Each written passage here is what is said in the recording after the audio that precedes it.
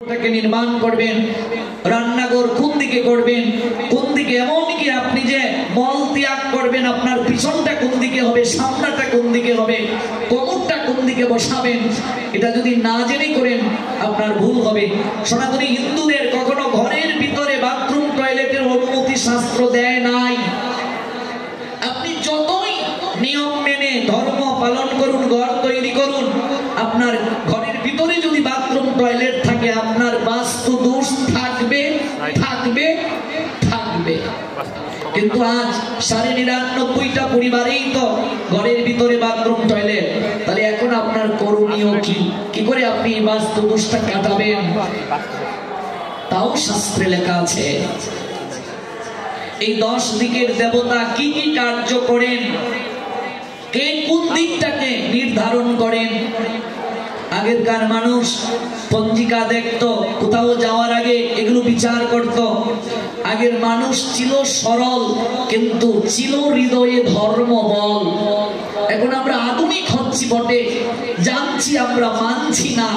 আগেরকার মানুষের গুরু বৈষ্ণবের প্রতি আনুগত্য ছিল, এই জন্য অনেক মানুষ আগেরকার দিনে বলে বলে চলে গিয়েছে, আমি আগামী রবিবার চলে যাবো রে, বউদেরকে বলছে তোমরা আসো, খেয়ে দিয়ে শেষ করো সব। কারণ মানুষ সরল ছিল, সারল্যতা যার হৃদয়ে নাই, যতই শাস্ত্র জানুক সে ভগবানকে সে অনুভব করতে পারবে না, সরল যদি হৃদয়ে না থাকে। সরলতা খুবই দরকার। তাই রবিবার রবিদেবের নামানুসারে, সূর্যদেবের নামানুসারে, সূর্যের একটা বিশেষ কৃপা আমাদের জীবনে দরকার। সূর্য ব্যতীত সকল কিছু অন্ধকার, এমনকি হৃদয়টাও অন্ধকার হয়ে যায় গো। এই জন্য সূর্য প্রত্যেক মাসে একটা রাশি থেকে আরেকটা রাশিতে গমন করে। আমরা গতকাল এটা জেনেছিলাম, আমরা আরো গতকাল জেনেছিলাম রাশি হচ্ছে 12টা, মেষ, বৃষ, মিথুন, কর্কট, সিংহ, কন্যা, তুলা, বৃশ্চিক, ধনু, মকর, কুম্ভ এবং মীন। আর সূর্য মকর রাশিতে যখন গমন করে, মিথুন রাশি থেকে কর্কট রাশিতে গেলে দক্ষিণায়ন, আর ধনু রাশি থেকে মকর রাশিতে গেলে উত্তরায়ণ, অর্থাৎ পৌষ সংক্রান্তি। কদিন পরেই তো আসতেছে নাকি? এই উত্তরায়ণ সংক্রান্তির আরেকটা নাম মকর সংক্রান্তি। আমরা কেন মকর সংক্রান্তি হয় গতকাল জেনেছি। আমরা জেনেছি সূর্যের তেজ গিয়ে পড়েছিল মকরের উপরে, আর শনির কোপানলে সূর্যের কুষ্ঠব্যাধি হয়েছিল, সেটাও আমরা গতকাল জেনেছি। যমরাজের মায়ের নাম আমরা জেনেছি, শনিদেবের মায়ের নাম গতকাল আমরা জেনেছি। এই উত্তরায়ণ সংক্রান্তিতে কি কি কার্য সম্পাদন করবে এবার জেনে নিন। খুব ভোরবেলা ঘুম থেকে উঠতে হয় সূর্য উদয়ের আগে উত্তরায়ণ সংক্রান্তিতে। তার আগে আরেকটা মেসেজ দিয়ে যাচ্ছি, সংক্রান্তিতে কোনোদিন সন্তান ধারণ করবে না, মাছ মাংস খাবে না। 17টা দিন আপনাকে পালন করতে হবে শারীরিক সংযম। এগুলো লজ্জার বিষয় নয়, জানতে হবে। আমি একটু স্পষ্টবাদী আলোচক, আমি সকল কথা একদম খোলামেলা বলতেই পছন্দ করি। অনেকে এগুলো বলেন না বলে আমরা জানি না। তিথির সঙ্গে শরীরের একটা সম্পর্ক আছে, মনে রাখবে। তিথি নক্ষত্রের সঙ্গে শরীরের মনের একটা সম্পর্ক আছে। এই জন্য দেখবে অমাবস্যা পূর্ণিমায় শরীরে ব্যথা অনুভব হয়, হয় কি হয় না গো? কেন হয়? তিথির সঙ্গে শরীরের একটা সম্পর্ক আছে, মনের মাঝে একটা প্রভাব পড়ে।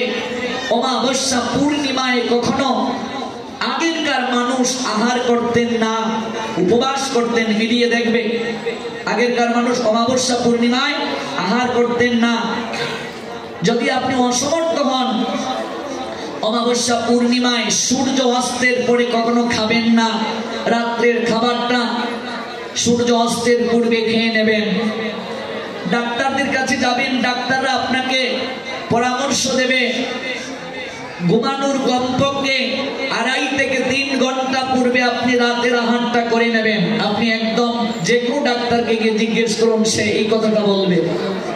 আমরা খেয়েই শুয়ে পড়ি, রাত্রে কখনো অতিরিক্ত আহার করবে না। আমরা রাত্রে অতিরিক্ত পরিশ্রম করি না। আহার করার পরই শুয়ে থাকি, যার কারণে কদিন পরই আমাদের পেট বেড়ে যায়। যে মেয়েটা অনেক স্লিম ছিল, বিয়ের পরেই দেখবে অনেক মোটা হয়ে যাচ্ছে। ইয়াং ছেলে কত সুন্দর, কদিন পরে এমন পেট বেড়ে গেছে। কারণ বাঙালিরা খেতে পছন্দ করে, এক্সারসাইজ করে না, নিয়ম মানে না, অনুশীলন করে না। ভোরের বাতাস শরীরে লাগাও, শীঘ্র ঘুম থেকে উঠো, শীঘ্র করি শুতে যাও। এটা ভাগবত যেমন বলেছে, ডাক্তারি শাস্ত্রও বলেছে। আপনি 8টা 10টা বাজিয়ে ঘুম থেকে উঠবেন, ভোরবেলা রবির কিরণ গায়ে লাগাবেন না। বিজ্ঞান বলছে ভিটামিন ডি পাওয়া যায় রবির কিরণ থেকে, আর ভাগবত বলছে রবির আশীর্বাদ এই ভোরবেলা আর পরন্ত বিকেল বেলা, ওই আশীর্বাদ যে শরীরে গ্রহণ করে না, তার শরীরে রোগ ব্যাধির আক্রা হয়ে যায়। মিলিয়ে দেখবে, মিলিয়ে দেখবে এই কথাগুলো। গ্রামাঞ্চলের মানুষরা দেখবে কনকনে ঠান্ডার মাঝে ওরা হাল চাষ করছে গিয়ে। এই করোনার সময়ে যারা এসি রুমে ছিল, কোন কায়িক পরিশ্রম করে নাই, ওদের সবচেয়ে বেশি করোনা হয়েছে। একটা পরিসংখ্যানে দেখা গিয়েছে 3 দিন 4 দিন 5 দিন পর্যন্ত কিছু লোক আছে স্নান করে না। এই কি আশ্চর্য! এই কি এত হ্যান্ড ওয়াশ দিয়ে হাত ধোয়ার পরে এত ব্যাধি, এত ভাইরাস ব্যাকটেরিয়া যাচ্ছে। খেতে যারা কাজ করে, রুয়া বুঝো তো, রুয়া যারা দেয় ওরা তো ভালো করে হাতও ধোয় না, কাঁচামরিচ দিয়ে, লবণ দিয়ে, শুটকি ভর্তা দিয়ে, এই সেই দিয়ে এতগুলো ভাত চিবিয়ে খেয়ে নিচ্ছে। ওই তাদের তো কোনো রোগ নাই, ব্যাধি নাই, যন্ত্রণা নাই। কারণ কি? কায়িক শ্রম যদি না করো, হজম করার ক্যাপাবিলিটি যদি অ্যাচিভ না করো, রোগ তো হবে। 2 দিন পরে তুমি ফুলে যাচ্ছ কেন? খাবারে তোমার কোনো কন্ট্রোল নাই। মনে রাখবে, রাতে যদি কেউ অন্ন খেতে চায়, 1 টেবিল চামচ অন্ন খেতে পারবে। যে কোনো পুষ্টিবিদকে গিয়ে জিজ্ঞেস করো। আমার গুরুদেব ডাক্তার, আমার গুরুদেবের গুরুদেব জমিদারের সন্তান ছিলেন, ঢাকা বিক্রমপুর জমিদারের সন্তান।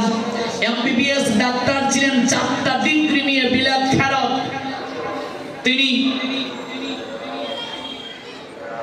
ডাক্তার থাকার কারণে অনেক ডাক্তার তার শিষ্য হয়েছিল। আমার গুরুদেব অনেক বড় আয়ুর্বেদের উপরে ডাক্তার, আর আমার পরম গুরু গুরুদেবের গুরুদেব ছিলেন এমবিবিএস ডাক্তার। আমার গুরুদেবের 70-এর উপরে বয়স, এখনো দেখলে মনে হয় 40। আমি দেখেছি ওনাকে 13 দিন পর্যন্ত অন্ন না খেয়ে থাকতে। একটু ধানকুনি পাতা চিবিয়ে খেয়ে নিয়েছে, পুদিনা পাতা চিবিয়ে খেয়ে নিয়েছে। আমরা প্রত্যেকটা একাদশী নির্জলা করি, খাই না। এবং অতিরিক্ত পরিশ্রম থাকলে একটু জল। কাজেই শরীরটাকে যদি কেউ সুস্থ না রাখে, সে ভজন করবে কি করে, সাধনা করবে কি করে? আমাদের খাবারে কন্ট্রোল নেই, আমাদের জীবনের নিয়ম শৃঙ্খলা নাই, অনুশীলন আমাদের নাই। আমরা 8টা 9টা 10টা 11টা বাজে ঘুম থেকে উঠি, রাতে 2টায় খাই, 1টায় খাই, খেয়েই ঘুমিয়ে পড়ি। আবার 8টা 9টা 10টা 11টা বাজে আমরা ঘুম থেকে উঠি। শহরে মানুষের সকাল হয় দুপুর 1টায়, দুপুর 12টায় সকাল হয়। সেই কলিযুগের মানুষের আয়ু কমবে না তো কি হবে? কি হবে? সূর্য অস্তের পরে ঋষিগণ তো খাবার খেতেই নিষেধ করেছেন। আয়ুর্বেদ শাস্ত্রটা, এই যে আয়ুর্বেদ চিকিৎসা পদ্ধতি, এগুলো বেদের একটা অংশ, আর্য ঋষিগণের সাধনার সম্পদ। আপনি 7 দিন রুটিন ফলো করুন, দেখবেন আপনার জীবন কত আনন্দে ভরে যায়। পরিমিত খাবার খেলে কেউ মরে না, অতিরিক্ত খাবার খেয়ে মানুষ মরে। আপনি এমন খাবার খেয়ে নিলেন, আপনার সুগার হয়ে গেল, আপনার চোখের সামনে ওই গয়ানাথের বালি